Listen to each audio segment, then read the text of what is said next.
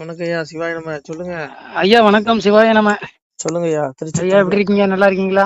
நலம் ஐயா, நலம். சொல்லுங்க ஐயா. ஐயா இப்போ காலகட்டத்துல வந்துட்டு நிறைய சந்தேகங்கள் எனக்கு இருக்குது.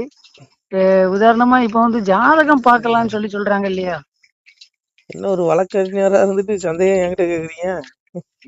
இல்லையா, இருந்தாலும் இந்த ஆன்மீக சம்பந்தப்பட்ட சந்தேகங்கள் உங்கள்கிட்ட தானே கேட்டு தெரிஞ்சுக்கிட முடியும். சொல்லுங்க சொல்லுங்க சொல்லுங்க. இல்ல ஐயா, இந்த நம்ம ஜாதகம் பாக்குறது அப்படின்னு சொல்றாங்க இல்லையா? ஆமா. அது எப்படியா முன்னக்கூட்டியே ஒருத்தனுடைய வாழ்வை கணிக்க முடியுமா? எப்படி? அதாவது உங்களுக்கு எப்படி சொல்ல, பொய்ன்னு நம்ம சொல்ல முடியாது. அதுக்காக ரொம்ப புகழ்ந்து தள்ளுறவங்களையும் நம்ப முடியாது. இப்போ நீங்க ஒரு 1000 ரூபாய் தரீங்கன்னு சொல்லிட்டு நான் உங்க ஜாதகத்தை எடுத்துட்டு உங்களுக்கு 10 நாள் அது வரும் இது வரும், ஆனை கிடைக்கும் பூனை கிடைக்கும்னு சொல்றதும் தவறு. கட்டத்துல என்ன இருக்கோ அதை சொல்லணும். உன்னுடைய தலையெழுத்து இதான் அப்படிங்கிறத. இன்னைக்கு அப்படி சொன்னா மக்கள் ஏத்துக்க மாட்டாங்க. புகழணும். உங்களுக்கு விடிய காலத்துல அதிர்ஷ்டலட்சுமி வாசல் கதவு தட்டிடுவா, விடிய காலம் 5 மணிக்கு சொன்னீங்கன்னா நம்புவாங்க.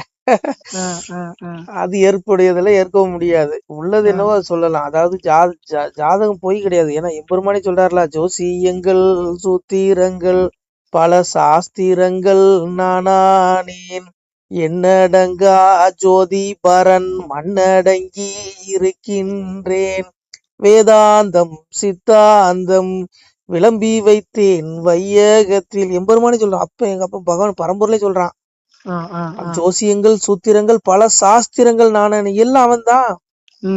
அப்புறம் எப்படி பொய்ன்னு சொல்ல முடியும்?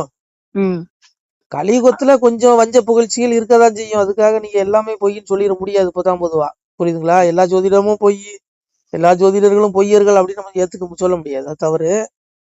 கணிக்கிற விதம் தான் ஜோதிடத்துல. புரியுதா உங்களுக்கு? என்னடங்கா ஜோதிபரன் மண்ணடங்கி இருக்கின்றேன்கிறாரு. ஒவ்வொரு அணுவிலையும் எம்பெருமா இருக்கான். அவனே சொல்றான், ஜோசியங்கள் சூத்திரங்கள் நான் தாங்கிறான். இல்ல இப்ப 100% மாதிரி நம்ம ஜோதிடர்கள்ட்ட போனோம்னா எடுத்த உடனே உங்களுக்கு அப்படி இருக்குது. உங்களுடைய அவங்க நம்மள புகழதான் செய்யறாங்களே ஒழிய நம்மள்ட்ட என்ன மாதிரி பிரச்சனைகள் இருக்குங்கிறத இந்த ஜோதிடர்களும் அதிகபட்சம் 100% சொல்ல மாட்டேங்காங்களே. அது இப்போ புகழ்ந்தா தானே நான் உங்களுடைய தலையெழுத்து சொன்னேன்னு வச்சுக்கோங்க, உங்களுக்கு நீங்க வாழ்க்கையில கஷ்டப்படுவீங்க, உங்களுக்கு தொழில் நல்லா இருக்காது, ஒரு வருஷம் அப்படின்னு சொன்னா நீங்க என்ன பண்ணுவீங்க? 1000 ரூபாய் கொடுக்குற இடத்துல 500 ரூபாய் 200 ரூபாய் கொடுத்துட்டு போயிருவீங்க. எப்படி? உங்க புகழ்ந்தா தானே காசு கொடுப்பீங்க. அதனால அதெல்லாம் ஏற்புடையது இல்லைங்க. பரம்பொருளே சொல்லிட்டாரு, வேதாந்தம் சித்தாந்தம். வேதாந்தம் யாரு? எம்பெருமான். அதான் கீதையில சொல்லுவாரு, பிதாகமசிய ஜெகதோ மாதா தாதா பிதாமக வேத்தியம் பவித்ரம் ஓங்கார சாம எஜிரேவசங்காரு. அங்கே அதான் சொல்றாரு, இந்த உலகிற்கு தந்தையும் தாயும் பாட்டனும் அறியத்தக்கவனும் புனிதமானவனும் ஓங்காரம் ரிக் சாம எஜிர் வேதங்களும் நானேங்காரு. அதுதான் பரம்பொருள் அங்க சொன்னா, வேதாந்தம் சித்தாந்தம் விளம்பி வைத்தேன் வையகத்தில். நான் பெருமாள் எப்பெருமாள் பகவானுடைய வார்த்தை. அதனால அது பொய்ன்னு நம்ம சொல்ல முடியாது. இறைவனுடைய வார்த்தை எப்படி பொய்ன்னு சொல்ல முடியும்? வேதாந்தம் அவன் தான், சித்தாந்தம் அவன் தான். அதான் சொன்னாரு, நல்லாறு சாஸ்திரமும் நான்மறை வேதமும் பொல்லா கலியில் பொன்றியடி வேறவேங்க. எம்பெருமான் அதையும் சொல்றான். கலியுகத்துல பிள்ளைகளே, நல்லாறு சாஸ்திரம் நான்மறை வேதம் பொல்லா கலியில் பொன்றியடி வேடர் எல்லாம் ஓடி ஒளிஞ்சிக்கோங்க. எது இருக்கு? பொய் வேதம் பூமி தண்ணில் பெருத்து மிக உண்டாகும், மெய் வேதம் தன்னை விரும்பாது இகழ்ச்சி செய்வார்னா, உண்மையான வேதத்தை ஓதுனா நக்கல் பண்ணுவான். பண்றானா இல்லையா? நியாயத்தை சொன்னா நமக்கு கடுப்பா வருது இல்லையா? அதனால இங்க கலியுகம் அப்படித்தான் இருக்கும். எதுவுமே பொய் கிடையாதுங்க. நட்சத்திரம், நாள் கிரகம் எல்லாமே உண்மைதான். சாமி அது சொல்றாரு, பக்கம் 15 பார்மோடம் 12 வக்கனை கோல் கிரகம் 9ங்காரு.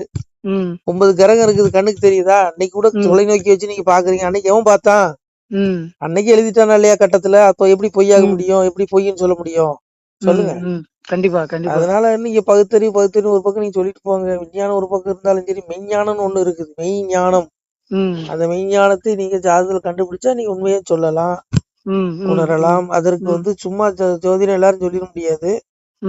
அதற்கு நல்லா ஒரு எப்படி சொல்ல, அதுக்கு ஒரு தேர்ச்சி பெற்றவங்க தான் சொல்ல முடியும். சும்மா அப்புறம் எல்லாருமே சொல்ல முடியுமா? அதனால சாஸ்திரம் பொய்யாகாது, சோதிடமும் பொய்யாகாது. மெய்யே மெய்யே என்பது என்னுடைய கருத்து. எம்பெருமான் சொன்ன வார்த்தை, நான் சொல்லவில்லை. எல்லாம் அப்பன் அவனுடைய வார்த்தை. நமசிவாய. நமசிவாய. வேற ஏதாவது சந்தேகம் இருக்கா? சொல்லுங்க ஐயா. இல்ல, நம்ம மக்கள் நம்ம என்னதான் நம்ம சில ஜோசியர்கள்லாம் வந்து பாத்தீங்கன்னாலும் நம்ம என்னதான் இங்க போய் காட்டினாலும் எடுத்த உடனே ஜோசியர்கள் வந்து நம்மள புகழதான் செய்யறாங்க. அப்ப அதைத்தான் மக்கள் விரும்பவும் செய்யறாங்க. அது இயல்பு. அது நம்ம என்ன அஹ் செய்ய முடியாது. ம், அஹ் புரியுதுங்களா? அஹ் அஹ் அஹ் வேற ஏதாவது இருந்தா கேள்வி இருந்தா கேளு. வேற ஏதாவது கேள்வி இருக்கா? உம் உம் உம் உம் அவ்வளவுதானயா? வேற ஏதாவது கேள்வி ஓகே. உண்டா? இல்லையா, இந்த ஜாதகம் சம்பந்தமா தான் கொஞ்சம் டவுட் இருந்துச்சு. நான் அதான் சரி, உங்கள்ட்ட கேட்டு கிளியர் ஜாதகம் பண்ணிருக்கேன் வந்து கூப்பிட்டு இருந்தேன். பொய்ன்னு நான் சொல்ல மாட்டேன். ம் என்னை பொறுத்தவரையில அது கணிக்கிற விதம் தான். அவ்வளவுதான். ம் சரிங்களா? ம் ம் ம் ம். ஐயா சொல்லுங்க, வேற என்ன சந்தேகம்? ஐயா, அந்த மகாபாரதத்துல வந்துட்டு ஒரு கதை, ஒரு சின்ன கதை. சரி. அதாவது பாண்டு இறந்ததுக்கு அப்புறம் வந்து ம் நம்ம சகாதேவன் அவர்களுக்கு வந்து ஒரு அதிசய சக்தி ஒண்ணு கிடைக்கும்.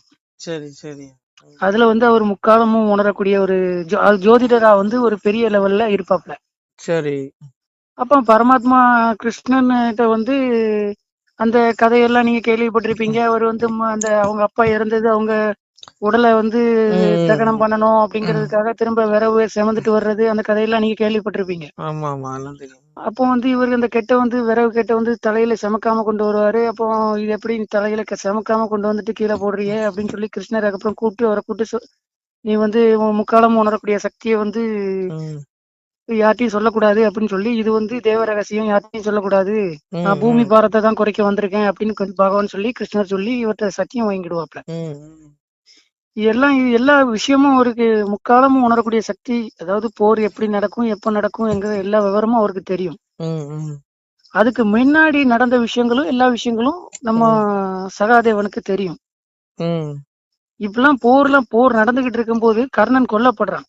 ம் கர்ணன் கொல்லப்பட்டு கர்ணன் கொன்னதுக்கு அப்புறம் குந்தி வந்து மகனேன்னு மடியில போட்டு ம் அழுகுறா. அப்ப ம் யாரு, அர்ஜுனன் இறந்து போனானா அப்படின்னு சொல்லி எல்லாரும் நம்ம அண்ணனா இறந்து போனது அப்படின்னு சொல்லி போய் பார்க்க போறாங்க. அப்போ கர்ணன் உளுந்து கிடக்குறான். அப்போ இது என்னுடைய மகன், இதோ என்னுடைய மூத்த மகன் சொல்லிட்டு குந்தி வந்து அழுகுறாங்க. ம் அப்படி அழுதுகிட்டு இருக்கும்போது அப்ப கிருஷ்ணர்கிட்ட வந்து சகாதேவன் வந்து கேக்குற மாதிரி ஒரு சின்ன விஷயம். அதாவது அஹ், கிருஷ்ணா, எல்லா விஷயமும் எனக்கு வந்து எதிர்காலத்துல நடக்கக்கூடிய சக்தி எனக்கு தெரியும். ம் முந்தின காலத்துல உள்ள விஷயங்களும் எனக்கு எல்லாமே தெரியும். ஆனா ம் வந்து கர்ணன் என்னுடைய அண்ணன் அப்படிங்கிற செய்தி வந்து எனக்கு தெரியாதே சரி. அப்படின்னு வந்து சகாதேவன் வந்து கிருஷ்ணர்கிட்ட சொல்றாப்ல. ம் ம் அப்படின்னு சொல்லும் போது கிருஷ்ணர் சொல்லுவாப்ல, அப்ப நான் எதற்கு? ம் ஆமாங்க. பரமாத்மா பின்ன நீங்க என்ன உங்களெல்லாம் அப்படி விட்டுருவாரா என்ன? அவருக்கு எல்லாத்துக்கும் உங்க மேல அவருக்கு ஒரு சக்தி இருக்குல்ல. ம் அப்ப ஜாதகம்ங்கிறது 99.9% சரியானாலும் 1% 0.1% வந்து கடவுள் கையில இறைவன். தான் ஆமா, அவர் இருக்கு. நினைச்ச முடியும். சாமியே சொல்றாருல, ம் உச்சிக்கு ரகமடா உங்கள் ஒருவருக்கும் தெரியாது, என் பட்சம் உண்டால் போதுமடா, பகையில்லை என் மகனே, யாருக்கும் பதறாதே, அச்சமில்லை என் மகனே, எடுதந்தேன் உன் கையிலே, எழுத்தாணியும் கூட தந்தேன், பட்டயம் தந்தேன் நான், பகை தீர்ப்பேன் பதறாதே. யாருக்கும் பதற வேண்டாம். உன்னுடைய கருத்து என்ன, உண்மையை சொல்லணுமா சொல்லு, உறக்க சொல்லுங்காரு. ம் பட்டயம் ம் தந்தேனான் பகை தீர்ப்பேன் பதறாதே, உச்சி கிரகமடா உங்கள் ஒரு என் பட்சம் முதல் பகையிலடா, ம் உன்னுடைய கிரகச்சாரத்தை நான் நீக்கி விடுவேங்கிறாரு. கர்மாவை நீக்க ஒரே ஒரு அதிகாரம் பெற்றவன் எம்பெருமா மட்டும்தான். ம் எங்க அப்பன் மட்டும்தான் ம் பரம்பொருள். எங்க அப்பன் மட்டும்தான். அவனாலதான் அத கர்மாவை நீக்க முடியும். வேற யாராலையும் முடியாது. சும்மா சொல்லிக்கலாம் கர்மாவை நான் நீக்கிறேன் அவன் நீக்கிறோம் அப்படின்னு, முடியாதுங்க. அதான் சொல்றான், அவனே எங்க பரம்பரையிலே சொல்றான், உச்சி கிரகமடா உங்கள் ஒருவருக்கும் தெரியாது, என் பட்சம் உண்டால் போதுமடா, பகை இல்லை என் மகனே, யாருக்கும் பதறாதே. எப்பேற்பட்ட அவன் எவ்வளவு பெரிய ஆளா இருந்தாலும் எவனுக்கு பதறாத, எவ்வளவு உயர்ந்த இடத்துல இருக்கணும், பதற வேண்டாம். யாருக்கும் பதறாதே, அச்சமில்லை என் மகனே, ஏடு தந்தேன் உன் கையிலே, எழுத்தாணியும் கூட தந்தேன், பட்டயம் தந்தேன் நான், பகை தீர்ப்பேன் பதறாதே. என்னடா பண்ண முடியும்? உன்ன உடலை தாண்டா அழிக்க முடியும், ஆத்மா அழிக்க முடியுமா? எப்படி முடியும்? முடியாது, கண்டிப்பா முடியாது. ஜீவன் எனதம்சம், அதற்கு ஒருபோதும் அழிவில்லைங்காரு. விடுவாரா? இந்த உடலை மட்டும் இது பண்றவனுக்கு நம்ம ஏன் பயப்படணும்? என்ன பண்ண முடியும்? இவனால அந்த உடலை தான் தண்டிக்க முடியும். உலருக்கு ஆத்மாவை தொட முடியுமா? முடியுமாங்கிற? யாராலையும் முடியாது. அதனால நீங்க பரம்பொருளால மட்டும்தான் முடியும், யாராலையுமே முடியாது. அதனால கிரகத்திற்கு அப்பாற்பட்டவன் தான் இறைவன். புரியுதா? சாமியே அவருடைய திருநாவால சொல்றாரு, அவருடைய திருவாசகம் அவருடையது. நான் சொல்ல, இறைவனுடைய திருவார்த்தை இது. சாமி அதுதான் சொல்லுவாரு, அது- இது இறைவனு சொல்ல, ஒப்பார் ஒருவர் எழுதார்கள் உலகில் மனுக்கள் தன்னாலே. அப்பா நாதன் எழுதி வைத்த அகிலத்திட்டு வருது. ம், நாதனுடைய வார்த்தை இது. ம், ம், இந்த அருமை, வாசகம் அருமை. நாதன் இறைவனுடைய வார்த்தை. நான் சொன்னது ஒப்பார் ஒருவர் எழுதார்கள் உலகில் மனுக்கள் தன்னாலே. ம், ம், மனுஷன் எழுதின வார்த்தை இல்ல இது. நான் சொன்னது இப்ப சொன்னது இறைவனுடைய எம்பெருமானுடைய வாசகம் இது. ம். அதனாலங்க ஏதோ என்னமோ நடக்குது பூமியில. அதுதான் அப்பேற்பட்ட சகாதேவனுக்கே தன்னுடைய தம்பி யாரு, தன்னுடைய அண்ணன் தான் இவரு அப்படிங்கிற விஷயம் தெரியலையே. ஏன் இத சொல்றீங்க? ம், கீதையில எம்பெருமான் கிருஷ்ணன் அர்ஜுனன் கேக்குறான், கிருஷ்ணா உனக்கு நீ இப்ப உன்னுடைய பிறப்பும் என்னுடைய பிறப்பும் சமீபத்துல நடந்தது. ம், அப்ப நீ எப்படி சூரியனுக்கு முன்னாடி என்னுடைய பிறப்புன்னு சொல்ற? சூரியனுக்கு முந்தையவங்கிறாரு யாரு? ம், கிருஷ்ணன் சொல்றான், நான் சூரியனுக்கு முந்தினவன்ப்பா, நான் தோன்றதுக்கு முன்னாடி நான் இருக்கேன் அப்படின்னா. ம், அப்ப கேக்குறான், இல்லையா நீ இப்பதானே பிறந்த அப்படிங்க. ம், அவருடைய ஞானம் அவ்வளவுதான். அப்பதான் சாமி சொல்றாரு, ம். அர்ஜுனா உனக்கும் எனக்கும் பல பிறப்புகள் கடந்து விட்டன, அதை நீ அறிய மாட்டாய், நான் அறிவேன்னாரு. ம். இப்ப போன பிறகு நான் யாரா இருந்தேன்னு உங்களுக்கு தெரியுமா இல்ல எனக்கு தெரியுமா? கண்டிப்பா தெரியாது. எங்க அப்பனுக்கு தெரியும்ல, கண்டிப்பா தெரியும். கண்டிப்பா பரம்பொருளால மட்டும்தான் உணர முடியும். பரம்பொருளால தெரியும்ல, அவன் பெரிய அளவன். ம், அதனால அப்பா நாதனே ஈசனே, அதனால அவன் பாத்துக்குவான் விடுங்க. ஜாதகம், அதனால நான் ஜாதகத்தை பொய்ன்னு சொல்ல மாட்டேன். ம், ஆனா ஜாதகத்துக்கு மேலையும் உங்களுடைய தலையெழுத்தை மாற்ற ஒரு இருக்கிறான்னா பரம்பொருள் தான். ம், ம், ம். அவனால முடியும். கிரகத்தையும் மீறி அவனால செயல்படுத்த முடியும். முடியும். சரிங்களா? ம், ம், அதனால கட்டத்துல உள்ளதுதான் நடக்கும் அப்படின்லாம் கிடையாது. ம், அதற்கு உண்டான உங்களுக்கு உண்டான தீர்வும் இருக்கிறது. சரிங்களா? ம், ம், ம். நன்றி ஐயா. நமசிவாய. நன்றி, நன்றி ஐயா, திருச்சிட்டம்பலம். நன்றி.